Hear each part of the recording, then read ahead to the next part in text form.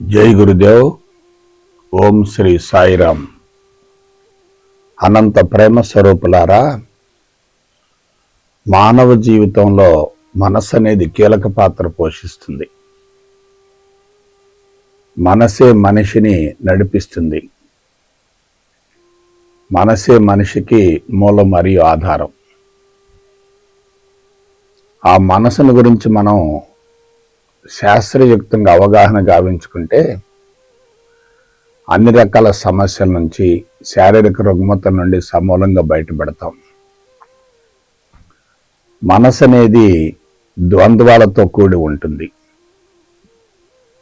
ఆత్మ మాత్రం ఏకత్వంలో ఉంటుంది.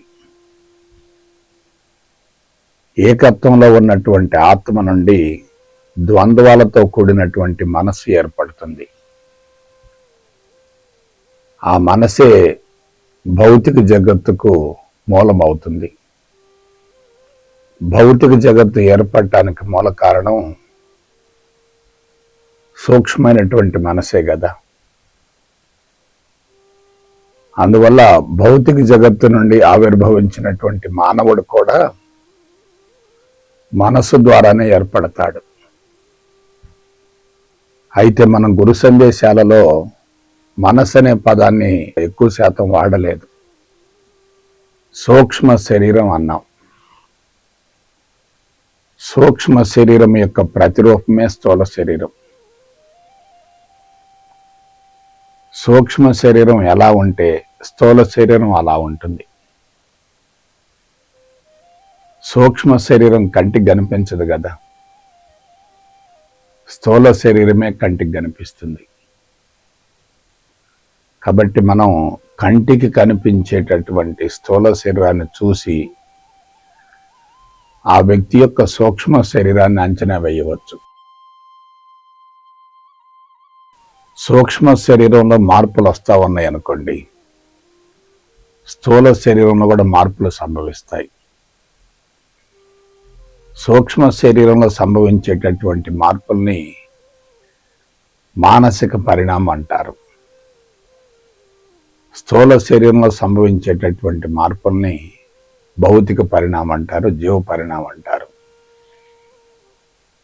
అయితే వాస్తవ విషయం ఏంటంటే, మనసు ద్వారానే భౌతిక జగత్తు ఏర్పడింది అంటున్నాం కదా. ఆ మనసును మనం స్వాధీనపరుచుకుంటే, మనసును అధిగమించగలిగితే, ఆత్మస్థితికి చేరగలిగితే జీవితం ఎలా ఉంటుంది? ఎందుకు చెప్తున్నానంటే, మూలాన్ని పట్టుకోవాలి. మనసు ఎక్కడి నుండి వచ్చింది అనే దాన్ని పట్టుకోవాలి. మనసు ఎప్పుడైతే సక్రమైనటువంటి పందాలో ఉంటుందో జీవితం కూడా అదే తరహాలో కొనసాగుతుంది కదా. అందువలన అందరూ తెలుసుకోవలసినటువంటి నగ్న సత్యం ఏమిటంటే, మనసు కంటికి కనిపించదు, కానీ కంటికి కనిపించేటటువంటి భౌతిక జగత్తుకు మూలం మరియు ఆధారం ఏమిటంటే మనసే. భౌతిక శరీరం కూడా కంటికి కనిపించదు. కంటికి కనిపించినటువంటి భౌతిక శరీరానికి మూలం మరియు ఆధారం ఏమిటంటే మనసే లేదా సూక్ష్మ శరీరం. సూక్ష్మ శరీరం అన్నా, జీవుడన్నా, అంతఃకరణాలన్నా, మేధస్సు అన్నా ఒకటే. అది కంటికి కనిపించే ప్రసక్తి లేదు.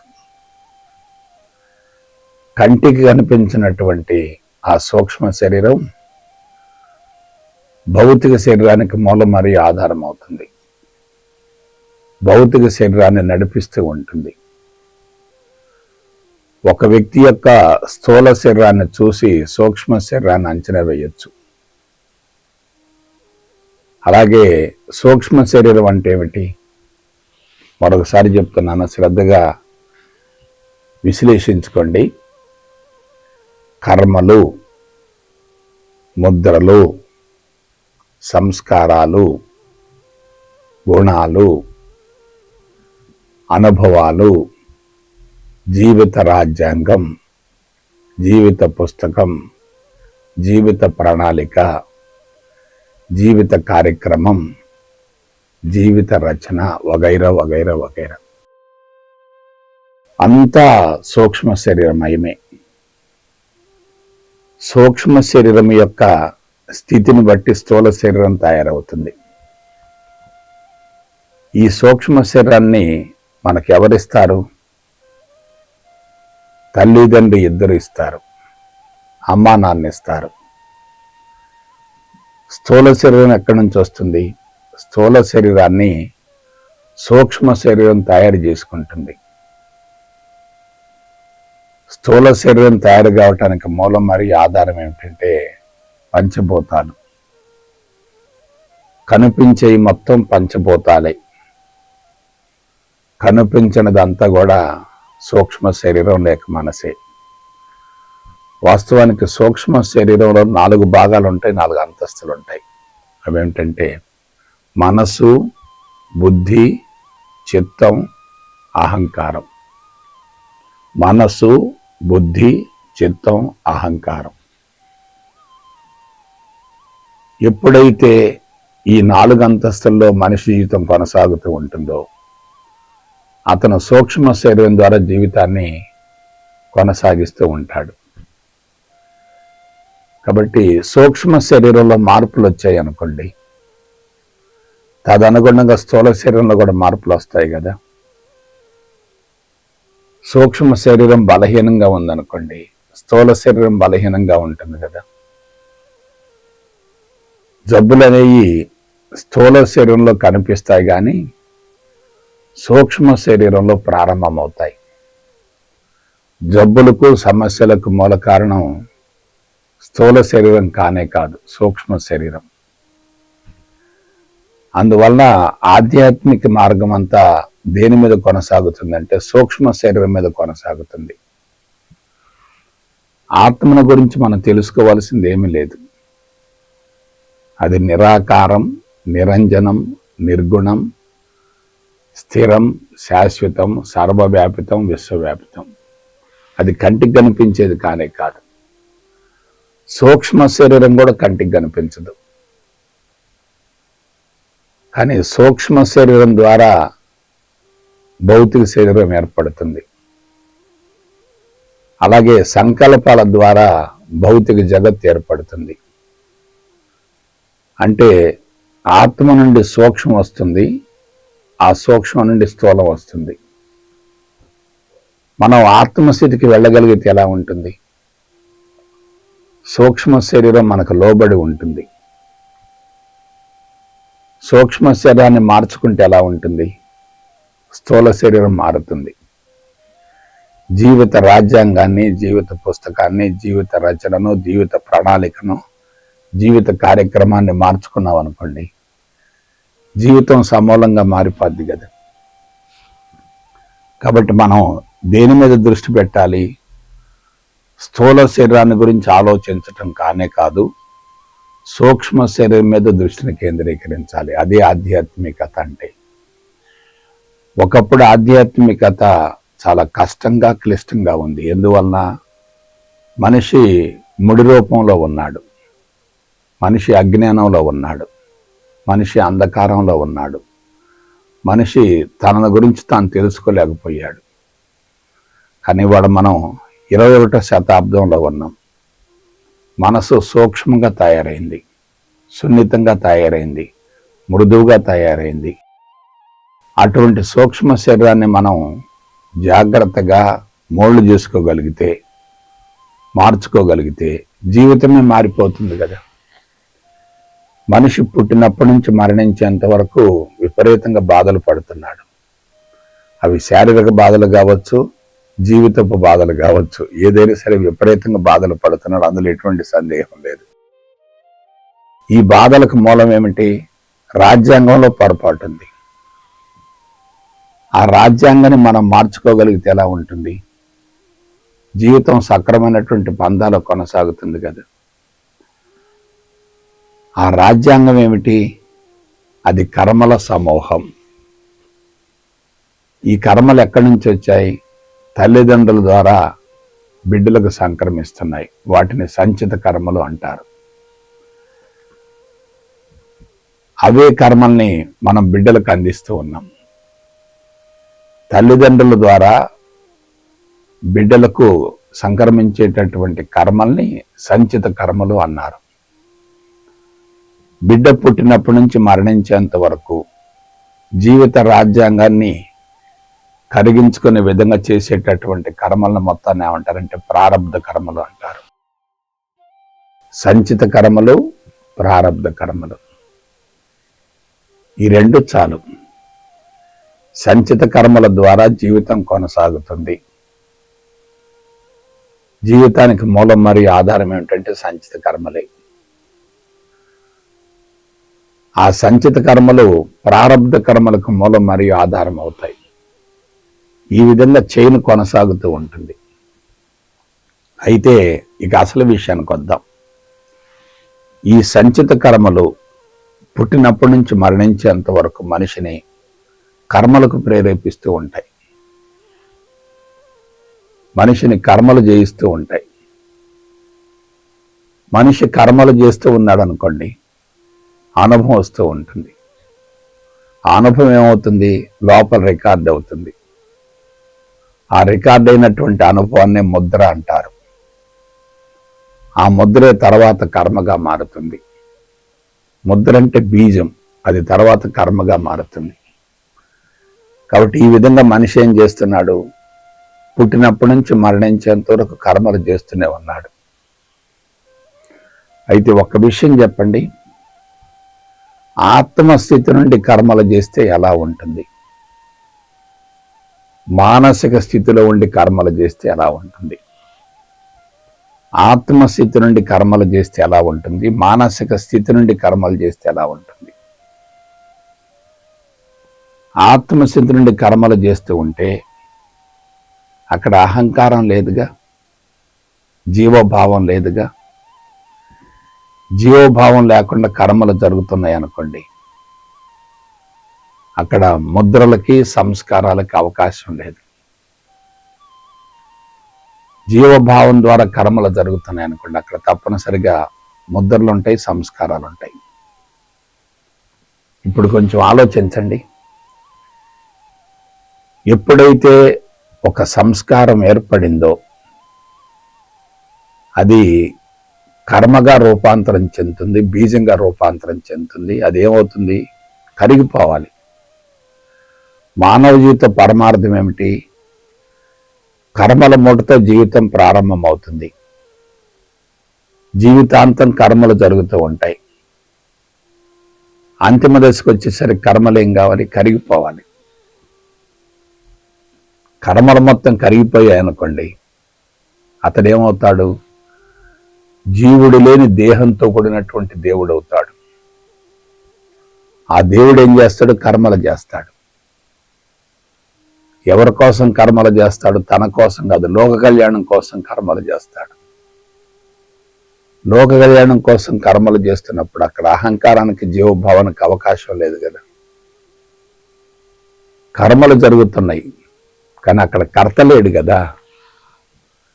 కర్త లేని కర్మలు జరిగితే వాటిని నిష్కామ కర్మలు అంటారు. ఫలితాన్ని ఆశించినటువంటి కర్మలు అవుతారు. అదే నేను ఫలానా అనేటటువంటి అహంకారపు పరిధి నుండి కర్మలు జరుగుతూ ఉంటే అక్కడ కర్త ఉన్నాడుగా, స్వతంత్ర ప్రతిపత్తి ఉందిగా, జీవిత రాజ్యాంగం ఉంది, జీవిత పుస్తకం ఉంది, జీవిత రచన ఉంది, జీవిత ప్రణాళిక ఉంది, జీవిత కార్యక్రమం ఉందిగా. కాబట్టి కీలకమైనటువంటి అంశం ఏంటంటే కర్మలను పెంచుకుంటే జీవితం ఎలా ఉంటుంది, కర్మలను కరిగించుకుంటే జీవితం ఎలా ఉంటుంది. కర్మలను పెంచుకునేటట్లయితే మనసు కలుషితం అవుతుంది కాదు, ఇంకొక మాట్లాడుతాను, చిత్తం కలుషితం అవుతుంది. కర్మలను కరిగించుకుంటే చిత్తం సమూలంగా శుద్ధి అవుతుందిగా. చిత్తం శుద్ధి అయితే అతడు దేవుడు అవుతాడు కదా. ఆ దేవుడు అంతిమంగా ఏమవుతాడు? భగవంతుడిలో కలిసిపోతాడు కదా. మానవుడు ఎక్కడి నుంచి వచ్చాడు? భగవంతుడి నుంచి వచ్చాడు. మళ్ళా ఎక్కడికి వెళ్తాడు? భగవంతుడిలోకి వెళ్తాడు. విశ్వమంతా ఎక్కడి నుంచి వచ్చింది? భగవంతుడి నుంచే వచ్చింది. మళ్ళీ ఏమవుతుంది? భగవంతుడు కలిసిపోతుంది. పంచభూతాలు కానీ, వృక్షాలు కానీ, జంతువులు కానీ, మానవులు కానీ, సమస్త భౌతిక జగత్తు మొత్తం ఎక్కడి నుంచి వచ్చింది? భగవంతుడి నుంచి వచ్చింది. మళ్ళీ ఏమవుతుంది? భగవంతుడు కలిసిపోతుంది. భగవంతుడు కలిసిపోకుండా అవరోధం ఏమిటి? అడ్డుగోడ ఏమిటి? అదే జీవభావం లేదా అహంకారం. జీవుడు సొంత రాజ్యాంగం ద్వారా జీవితాన్ని కొనసాగిస్తూ ఉన్నాడు అనుకోండి. సొంత రాజ్యాంగం ద్వారా జీవుడు జీవితాన్ని కొనసాగిస్తూ ఉన్నాడు అనుకోండి. అక్కడ తప్పనిసరిగా అహంకారం ఉంటుంది కదా. అహంకారం ఉందంటే సంస్కారం ఏర్పడుతుంది కదా, ముద్ర ఏర్పడుతుంది కదా, కర్మ ఏర్పడుతుంది కదా. ఆ కర్మ ఏమవుతుంది? చిత్తంలో రికార్డ్ అయి ఉంటుంది కదా. ఆ కర్మ కరిగిపోకపోతే అతనికి విశ్వవ్యాప్త భావన రాదు కదా. కర్మ కరిగిపోతే అతను ఎలా ఉంటాడు? విశ్వవ్యాప్త భావంతో ఉంటాడు కదా. విశ్వవ్యాప్త భావనతో ఉంటే అది ఆత్మస్థితి కదా. విశ్వవ్యాప్త భావనతో ఉంటే అతనికి శక్తి ఎంత ఉంటుంది? నేను ఫలానా అనబడేటటువంటి అహంకార స్థితిలో ఉంటే శక్తి ఎలా ఉంటుంది? ఆలోచించండి. కాబట్టి నేను ఫలానా అనబడేటటువంటి అహంకారపు స్థితి మనసుకు సంబంధించింది. ఇప్పుడు జాగ్రత్తగానండి. ఆ మనసు 3 గుణాలతో కూడి ఉంటుంది. 1 తమో గుణం, 2 రజోగుణం, 3 సత్వగుణం. తమో గుణం, రజోగుణం, సత్వగుణం.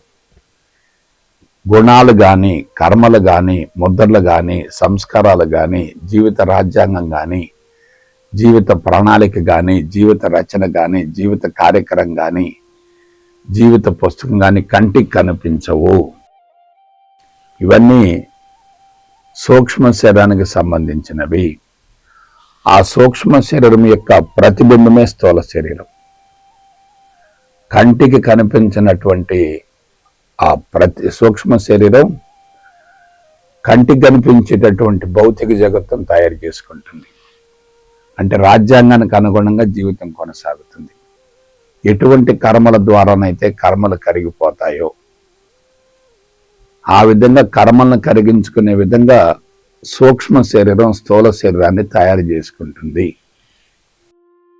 కాబట్టి మూలం ఎక్కడుంది? సూక్ష్మ శరీరంలో ఉంది. సూక్ష్మ శరీరం అంటే ఏమిటి? 3 గుణాలు. 1 తమో గుణం, 2 రజోగుణం, 3 సత్వగుణం. ఈ 3 గుణాల గురించి కనుక మనం తెలుసుకుంటే మనసు మొత్తం అవగాహన అవుతుంది. ఈ 3 గుణాలను మనిషిని జీవితాంతం నడిపిస్తూ ఉంటాయి. ఇక నెక్స్ట్కి వెళదాం. గుణం అంటే ఏమిటి? గుణం అంటే ఆలోచన. ఈ ఆలోచన ఎక్కడి నుంచి వస్తుంది? ఆల్రెడీ ఉన్నటువంటి ముద్రల ద్వారా, సంస్కారాల ద్వారా ఆలోచనలు బయటకు వస్తూ ఉంటాయి. ఆ బయటకు వచ్చేటటువంటి ఆలోచనలు కూడా కర్మలే, సమాచారం కూడా కర్మలే, జ్ఞానం కూడా కర్మలే. ఎప్పుడైతే ఈ కర్మలు లోపలుంటాయో మనిషిని కర్మలు చేయటానికి రెచ్చగొడుతూ ఉంటాయి. సంచిత కర్మలు కానీ, ప్రారంభ కర్మలు కానీ, ఇవన్నీ కూడా మనిషిని కర్మలకు రెచ్చగొడుతూ ఉంటాయి. ఏదో ఒకటి చేయమని ప్రేరేపిస్తూ ఉంటాయి. ఆ ప్రేరణకు మూలం ఏంటంటే మానవ రాజ్యాంగమే. మొత్తం ఇదంతా కూడా కాంప్లెక్స్గా ఉంటుంది. సూక్ష్మ శరీరం క్లిష్టంగా ఉందనుకోండి, స్థూల శరీరం అదే తరహాలో ఉంటుంది. సూక్ష్మ శరీరం శుద్ధయిందనుకోండి, స్థూల శరీరం కూడా అదే తరహాలో ఉంటుంది. మానవ జీవిత పరమార్థం ఏమిటి? సూక్ష్మ శరీరాన్ని సమూలంగా శుద్ధి గావించుకోవాలి. ఈ సూక్ష్మ శరీరం అంటే ఏమిటి? మనసు, బుద్ధి, చిత్తం, అహంకారం. ఇవన్న కంటికి కనిపిస్తున్నాయా? లేదు, పేర్లు పెట్టామంతే. మనసు అంటున్నాం, బుద్ధి అంటున్నాం, చిత్తం అంటున్నాం, అహంకారం అంటున్నాం. కానీ మేధస్సు నుంచి వచ్చేటటువంటి ఆలోచనల యొక్క స్వభావాన్ని బట్టి, స్వరూపాన్ని బట్టి వాటికి మనం పేరు పెడుతున్నాం. ద్వంద్వాలతో కూడి ఉంటే అది మనసు అవుతుంది. ద్వంద్వాలతో కూడి ఉంటే మనసు అవుతుంది. ఆ కర్మలో ఒకచోట భద్రపరచబడి ఉంటే అది చిత్తం అవుతుంది. ఆ చిత్తం నుండి కర్మల ద్వారా ఆలోచనలు బయటకు వస్తూ ఉంటాయి. ఆలోచన స్వభావాన్ని బట్టి కర్మలకు ప్రేరేపించేది, కర్మలు నిర్ణయించేది, జీవితాన్ని నడిపించేది ఏమిటంటే బుద్ధి. మనసు, చిత్తం, బుద్ధి. నాలుగోది ఏమిటి? అహంకారం. నేను ఫలానా, నేను ఫలానా, నేను ఫలానా, నేను ఫలానా. ఒక పేరుంది, కులం ఉంది, మతం ఉంది, వర్గం ఉంది, ప్రాంతం ఉంది, పార్టీ ఉంది, ఉద్యోగం ఉంది, వ్యాపారం ఉంది, ఆస్తులు ఉన్నాయి, అంతస్తులు ఉన్నాయి, కుటుంబ సభ్యులు ఉన్నారు. నీ జీవిత సమాచారం మొత్తం అక్కడే ఉంది కదా. కాబట్టి ఇదంతా ఏమిటి? అక్కడ ఉన్నటువంటి అహంకారం యొక్క ప్రపంచం. ఆ ప్రపంచం కుంచుకుంది అనుకోండి, అది తమోగుణం. ఆ ప్రపంచం అస్తవ్యస్తంగా ఘర్షణ వైఖరితో ఉందనుకోండి, అది రజోగుణం. ఆ ప్రపంచం ప్రశాంతంగా సంతృప్తిగా విస్తరించి ఉందనుకోండి, అది సత్వగుణం. తమోగుణం, రజోగుణం, సత్వగుణం. తమస్సు అంటే ఏమిటి? చీకటి, అంధకారం, జడత్వం, సోమరతనం, బద్ధకం, వగైరా వగైరా. ఇది తమోగుణం. రజోగుణం అంటే ఏమిటి? ఎప్పుడు ఏదో ఒకటి చెయ్యాలి, అందరితో ఘర్షణ పడుతూ ఉండాలి, ప్రపంచాన్ని మారుస్తూ ఉండాలి.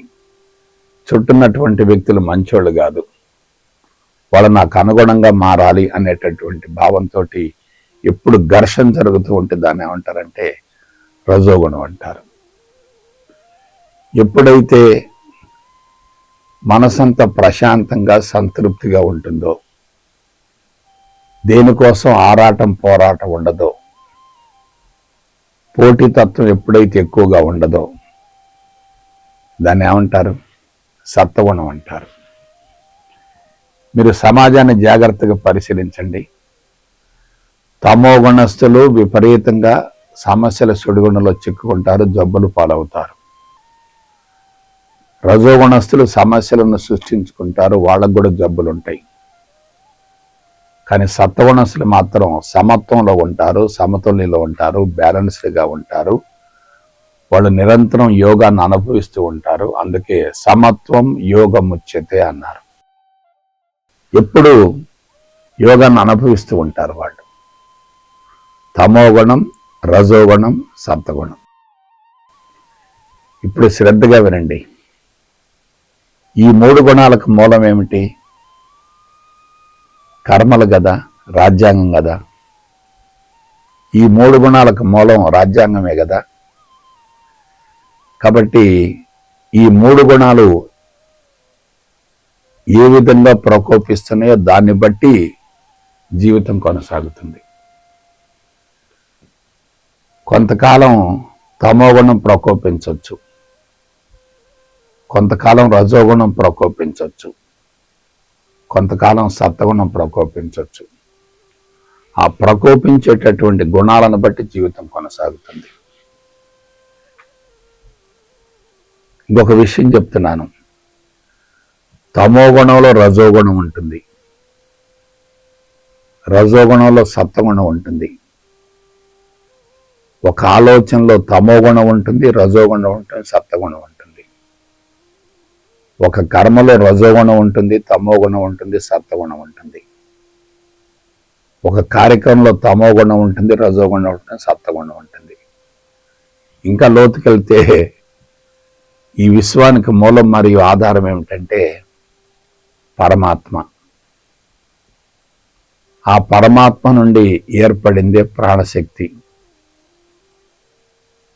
ఆ ప్రాణశక్తి నుండి ఏర్పడిందే రేణువు. ఆ రేణువుల కలయికతో ఏర్పడిందే పరమాణువు. పరమాణువు లోపల రేణువులు 3 రకాలుగా ఉంటాయి, 3 ప్రదేశాల్లో ఉంటాయి. వెలుపల ఉంటే ఎలక్ట్రాన్స్, మధ్యలో ఉంటే protons, neutrons. Electrons, protons, neutrons. Protons, neutrons మధ్యలో ఉంటాయి, ఎలక్ట్రాన్స్ మాత్రం బయట ఉంటాయి. ఎలక్ట్రాన్స్ తమోగుణం, ప్రోటాన్స్ రజోగుణం, న్యూట్రాన్స్ సత్వగుణం. అంటే విశ్వం మొత్తం దేని ద్వారా ఏర్పడింది? రేణువుల ద్వారా ఏర్పడింది. ఆ రేణువులకు మూలం ఏంది? ఆ రేణువులకు మూలం ప్రాణశక్తి. రేణువుల కలయికతో ఏర్పడిందే పరమాణువు. ఆ పరమాణు ద్వారా వచ్చిందే పదార్థం. కాబట్టి ఈ విధంగా గుణాల ద్వారా మనిషి జీవితం కొనసాగుతుంది. ఆ గుణాలను గురించి మనం అర్థం చేసుకుంటే జీవితం అవగాహన అవుతుంది. ఆ గుణాలను గురించి మనం ఏ విధంగా అవగాహన చేసుకుంటాం, ఎప్పుడు అవగాహన చేసుకుంటాం? మనం మనసును దాటి వెళ్ళగలగాలి, గుణాలను దాటి వెళ్ళగలగాలి. అటువంటి గుణాలను దాటి వెళ్ళేటటువంటి స్థితిలో జీవితాలు ఆనందమయమవుతాయి, గుణరహిత స్థితి ఏర్పడుతుంది. దాని గురించి తర్వాత తెలుసుకుందాం. జై గురుదేవ్, జై గురుదేవ్, జై గురు.